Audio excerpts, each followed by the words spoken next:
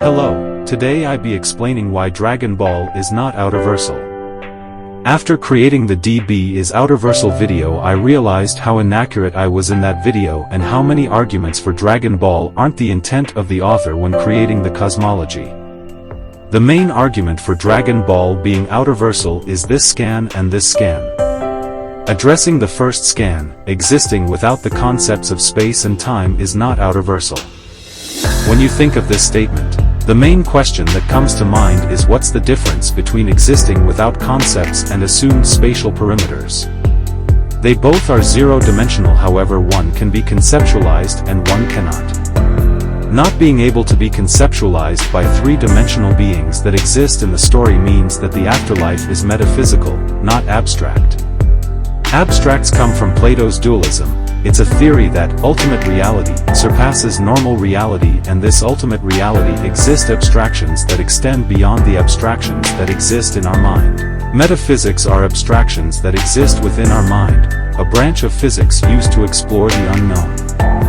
The main difference is that in a dimension, such as a void, a dimension without spatial properties, humans can comprehend that it exists without space and time and certain this is true.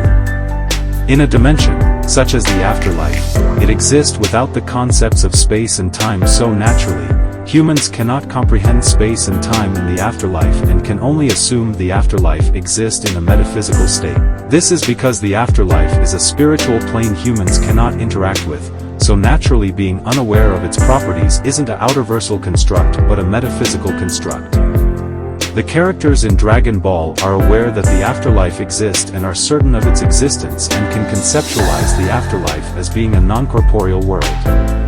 The afterlife is not a true abstract form because it doesn't transcend form, it exists in a spiritual form and is manifested in reality as a spiritual plane, while an abstract concept exists without any form. Take a ghost for example. A ghost is beyond the physical form, but a ghost isn't abstract. It is just a form that obtains unknown properties, so it is metaphysical. Destroying a ghost in fiction would be an example of non-physical interaction and soul manipulation. The reason a ghost isn't OUTERVERSAL is because we are aware that it exists in the form of a spirit. The same can be applied to the afterlife. The reason it isn't OUTERVERSAL is because the characters within the show are aware that it exists as a non-corporeal form, so destroying essentially a giant ghost is soul manipulation and non-physical interaction. Just because space and time cannot be conceptualized doesn't mean no form exists, it just means it exists in a form that baseline humans are unaware of it, which is accurate to the definition of non-physical. To address the second scan we have to go back to what I said about physical and non-physical forms. Existing without dimensionality is an example of a dimension being manifested in a non-physical form, which is a metaphysical state, not an abstract state. This scan is closely tied to the idea of Asian mythology, where humans exist beyond the physical form when they die and are converted into a spiritual one. In order to be abstract you have to exist beyond all forms and not just spatial dimensions. In summary, the difference between existing without space and time and existing without the concepts of space and time is that humans are aware that a void has no unknown properties and the afterlife has unknown properties, however these unknown properties don't exist beyond the mind because they are manifested to characters in the story as a spiritual plane of existence. Characters are certain that this is true. The only real contention to this argument is that the terminology, the afterlife, and non-corporeal, in Dragon Ball are just mediums the characters use to communicate with each other and aren't true to the realm. Well, as the reader we know this is true because the guidebook confirms that this is indeed a afterlife. This is why it's stated directly and indirectly that the guidebooks wouldn't necessarily be needed if we understood Asian tales, because no abstractions exist within the Dragon Ball story. We are all aware of the concepts in religion where we exist in another form when we die, we don't transcend forms themselves. Well, what about Koyama's statements? After an author publish his work it is public domain and can be interpreted in any way the audience wants.